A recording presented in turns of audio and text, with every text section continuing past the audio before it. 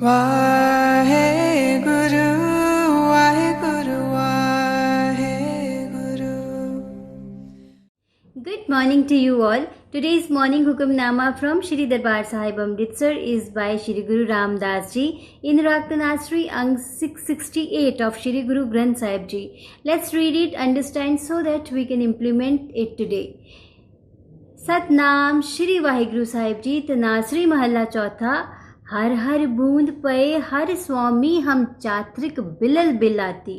The Lord Har Har is the rain drop. I am the song bird crying out for it. Har Har कृपा करो प्रभ अपनी मुख देवो हर निम खाती. O Lord God please bless me with your mercy and pour your name into my mouth, even if for only an instant. हर बिन रह न सको एक राती. Without the Lord I cannot live for even a second. जो बिन अमले अमली मर जाई है त्यों हर बिन हम मर जाती रहाओ. Like the addict who dies without his drug, I die without the Lord. Now let's relate this with our day-to-day life so that we can implement it today. Today's Hukamnama has a beautiful distinction of what is important for you.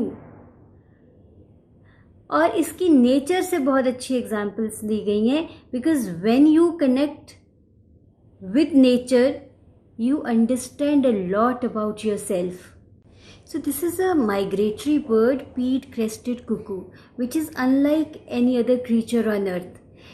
ये जो bird है ये सिर्फ rain drops पीती है, rain का पानी, बारिश का पानी पीती है as it pours down.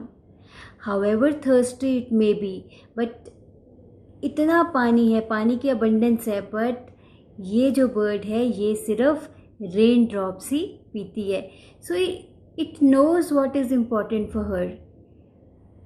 And it can stay without water for quite some time, but इसके लिए ये चीज़ सेटल्ड है कि इसको जो है वो रेन ड्रॉप्स ही चाहिए. And it is known that it prays for the rain water. और जब ये प्रे करती है तो it is said that the prayers are always answered because it needs the water to drink. So this bird is settled कि इसको क्या चाहिए, what is important for this bird.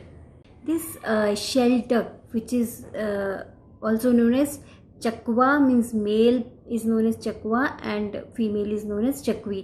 It has very interesting story in Indian folklore. इनको कहते हैं कि एक अभिशाप जिसको बोलते हैं वो मिला था कि आपस में दोनों मिल नहीं सकते, but they are lovers and they are separated. दोनों रिवर के एक एक शोर में हैं, but they are settled that they want to meet. And कहते हैं कि ये मॉर्नफुली एक दूसरे को बुलाते रहते हैं with the hope that they will meet each other. So it is settled for them that they want to meet. But what happens is there was this man जिसको लिवर की प्रॉब्लम हो गई after consuming so much of alcohol.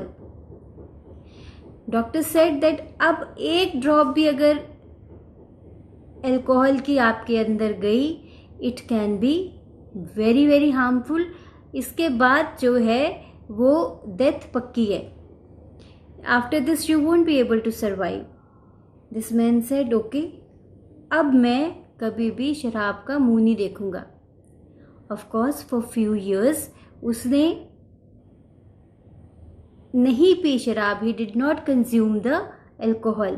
But फिर एक party में गया, और जैसे पार्टी में आप जाओ ना तो जो एल्कोहल ले रहे होते हैं ना लोग, वो आपको कभी कभी पेस्टर करते हैं, आप भी लो, अरे थोड़ा सा तो लो, ज़िंदगी की एंजॉयमेंट ही ये है. अब जिन लोगों के लिए तो सेटल्ड होता है कि नहीं लेनी, नो मीन्स नो, बट कुछ लोग बातों में आ जाते हैं. तो उसके फ्रेंड्स ने भी उसको पेस्टर कर कि अरे अब तो तुम ठीक हो, थोड़ी सी ले लो.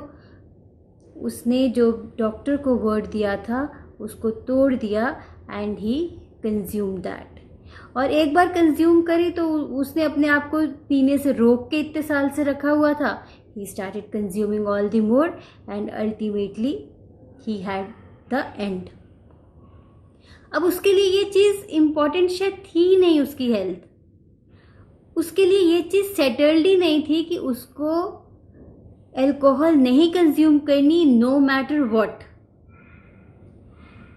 फिश को ये पता है कि पानी उसके लिए इम्पॉर्टेंट है, this thing is settled for the fish.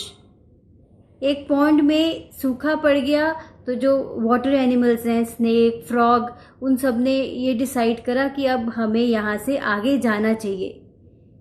तो स्नेक, फ्रॉग, टॉर्टॉइज, उन्होंने एक सोचा कि now we should move ahead, सूखा पड़ गया है तो अब यहाँ पे तो सर्वाइवल मुश्किल है।